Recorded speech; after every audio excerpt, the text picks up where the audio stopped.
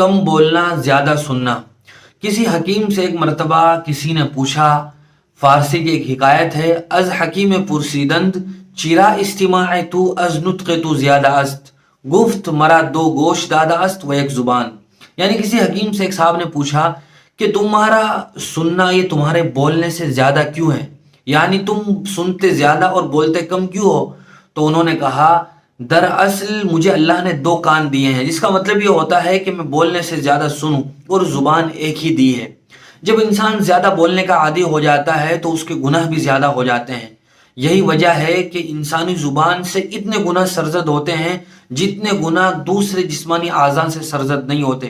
انسان غیبت کرتا ہے، چغل خوری کرتا ہے، گالی دیتا ہے، سب و شتم کرتا ہے، کسی کو برا بھلا کہتا ہے۔ یہ تمام تر کی تمام باتیں انسان کی زبان سے سرزد ہوتی ہیں، چونکہ وہ بولتا زیادہ ہے۔ اور جب آدمی زیادہ بولنے کا عادی ہو جاتا ہے تو معاشرے سے اس کا وقار بھی ختم ہو جاتا ہے، لوگوں کے درمیان سے اس کی اہمیت نکل جاتی ہے۔ بسا اوقات آدمی اتنا زیادہ بولتا ہے کہ پھر لوگوں کی طبیعت پر اس کی باتوں کا کوئی اثر نہیں ہوتا۔ اسی لیے حضور اکرم صلی اللہ علیہ وسلم نے ارشاد فرمایا، من کان یؤمن باللہ والیوم الآخر فلیقل خیرا او لیصمت، کہ جو آدمی اللہ پر اور یوم آخرت پر ایمان رکھتا ہو اسے چاہیے کہ وہ اچھی بات کرے یا خاموش رہے۔ انسان کو صرف اچھی باتوں کو ہی بولنا چاہیے، بری باتوں کے بولنے سے اپنے آپ کو بچانا چاہیے۔ عام طور سے ایسا دیکھا گیا ہے کہ جو آدمی زیادہ بولتا ہے تو اس سے گناہ بھی زیادہ سرزد ہوتے ہیں، ایسے آدمی کے دشمن بھی زیادہ ہو جاتے ہیں۔ اور حضور نے ایک حدیث میں فرمایا ہے، هل يكب الناس في النار على وجوههم الا حصائد السنتهم، کہ جہنم میں زیادہ تر لوگ وہ اپنی زبان کی بری کھیتیوں کی وجہ سے چہرے کے بل گھسیٹ کر ڈالے جائیں گے۔ لہذا جب بولنا ہو تو آدمی تول کر بولے، اچھا بولے، شریعت کے مطابق بولے، وہی بات بولے جس سے اللہ اور اس کا رسول راضی اور خوش ہوتا ہو، اور ان باتوں کو بولنے کے لیے اپنی زبان کو سی لے جن باتوں سے کسی کا دل دکھتا ہو۔ المسلم من سلم المسلمون من لسانہ و یدہ، مسلمان کی پہچان تو یہ ہوتی ہے کہ وہ آدمی اپنی زبان سے اور اپنے ہاتھ سے کسی کو تکلیف نہیں پہنچاتا۔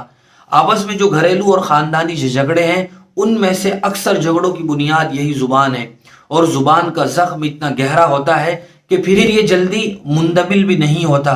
جراحات السنان لها التیام ولا یلتام ما جرح اللسان، کہ چوٹوں کے، لکڑیوں کے، تھپڑوں کے لگے ہوئے زخم یہ ختم ہو جاتے ہیں، مندمل ہو جاتے ہیں، لیکن زبان سے جو زخم کسی کے دل پر لگتا ہے وہ جلدی مندمل نہیں ہوتا۔ لوگ دوسروں کو گالیاں دے کر اور برا کہہ کر بعد میں یہ کہتے ہیں کہ میں اپنی بات واپس لیتا ہوں۔ یاد رکھنا چاہیے کہ بات کبھی واپس نہیں ہوتی۔